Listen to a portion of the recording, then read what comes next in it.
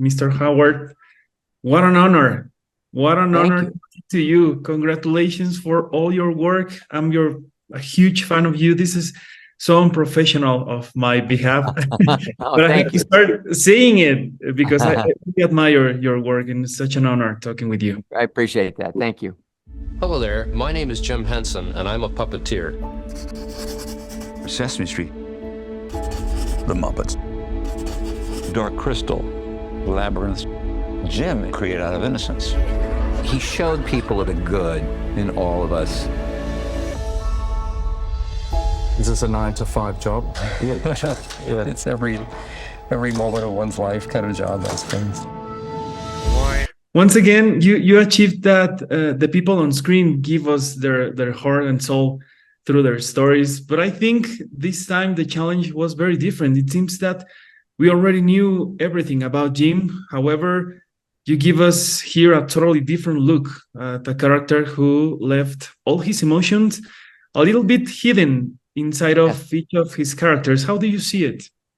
I very much see it the way you do. I thought I knew a lot about Jim Henson, and I knew only a fraction. And I didn't know very much about him personally or the way he worked. I had no idea what a creative genius he truly was, how experimental he was, how many risks he took financially and creatively. I was inspired by, all the experimentation and creativity and all the frustrations and struggles along with the great successes. And I wanted to share that journey with audiences.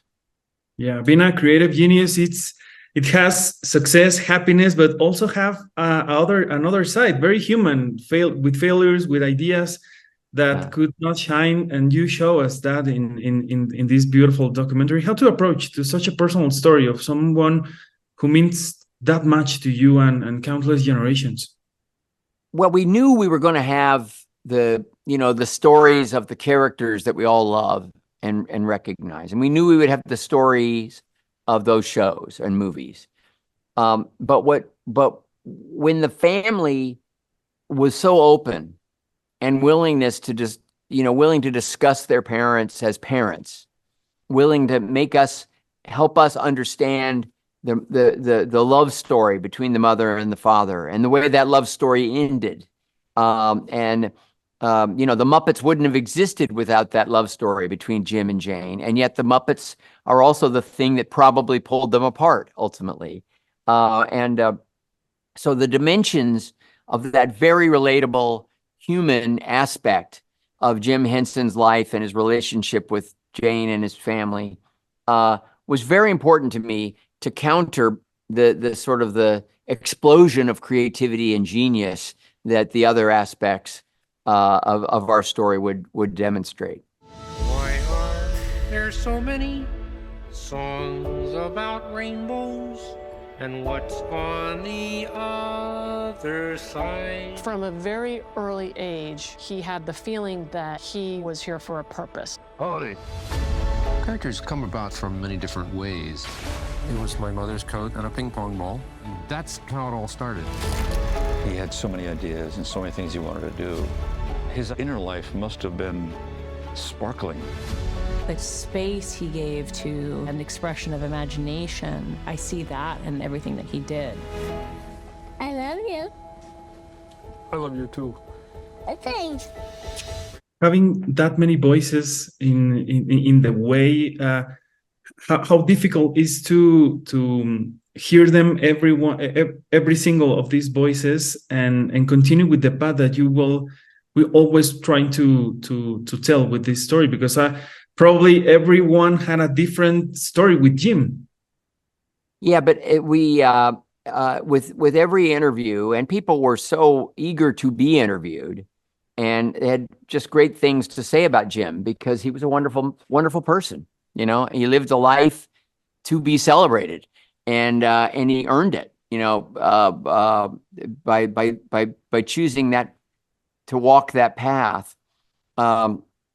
Even though underneath it all, there was almost this desire for anarchy that you would see in all of the characters and the comedy. But in his life, he chose this other very virtuous path as a human being. And I think it's, that's to be celebrated. But the different quotes would help fill in questions that we had. So it was really all about us putting together our questions of how did this man live? How did he do this? How did he achieve X, Y, and Z? How did he deal with failure and disappointment along with success? What was the price of that success? What did it mean to him? And so we knew what our questions were, and the interviews came along and started answering those questions. So from a filmmaking standpoint, it was really the excitement of somebody actually saying what we knew to be true, so that we could help share with audiences what we believed was the story of Jim. Rainbows are visions, but only illusions. There was nothing that Jim didn't entertain. And everything was getting a little bit bigger. Becoming famous was what he wanted, that there was an innocence getting lost, was going to impact his relationship with us and everything, and that was complex. He wanted to do more than is humanly possible. That idea that time could run out was just unthinkable.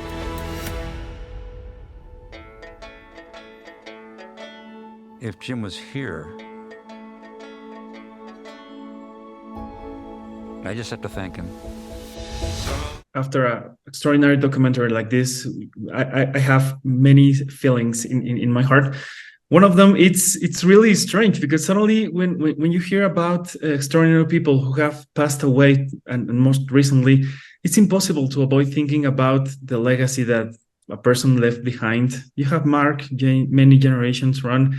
As I said, I'm a huge fan. Angels and Demons is one of my favorite movies of all time. Oh, wow, thank you. Life and what one can do before transcending to a galaxy far, far away. Oh, well, thank you. I mean, it's, I think Jim gave us a good example, which is to stay in the moment, be as productive and creative as you can, be a good person, a person that it does no harm to others, and be productive.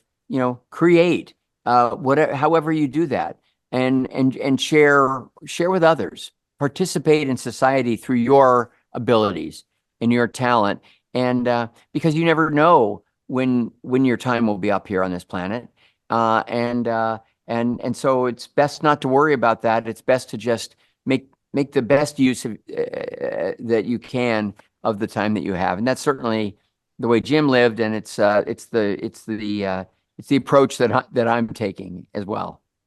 Yeah, and it's really exciting to see that you're back in Cannes 36 years after Willow, with so many things happening in the way.